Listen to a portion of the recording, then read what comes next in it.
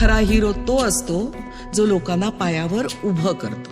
हात तुझा खे हाती, तुझ तुझा रे साथी, पायात तू बांधून घे क्षण सारे.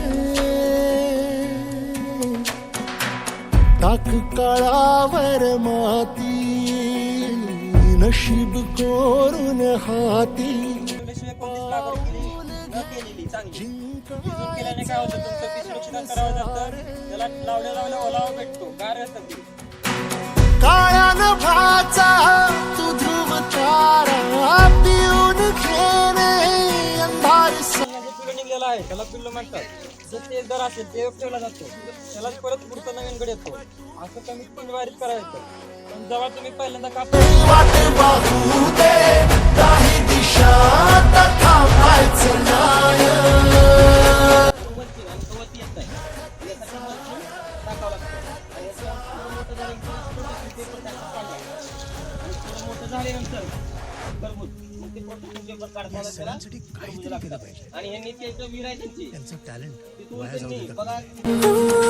तोडून भीतीची बंधन तू घे धाव,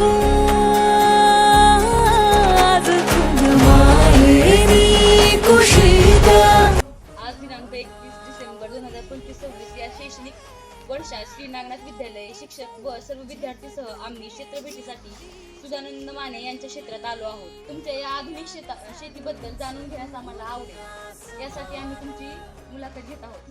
प्रथम तुमचे पूर्ण नाव सांगा. बाळासाहेब माने, तालुका माडा, जिल्हा सोलापूर. तुमच्याकडे किती एकर? कोणत्या कोणत्या क्षेत्रात काय काय लागवड केली आहे? आमच्याकडे केळीचं पीक आहे, द्राक्ष आहे, खरबूज आहे, शिमला मिरची आहे.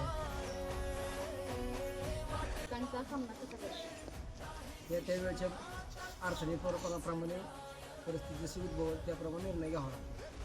तुम्हाला बाजारपेठेमध्ये योग्य भाव मिळतो?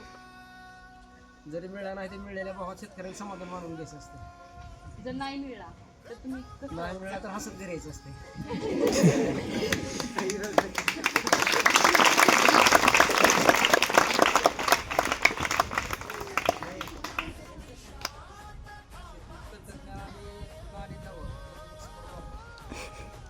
तंत्रज्ञानामुळे तुम्हाला काय बदल झाला?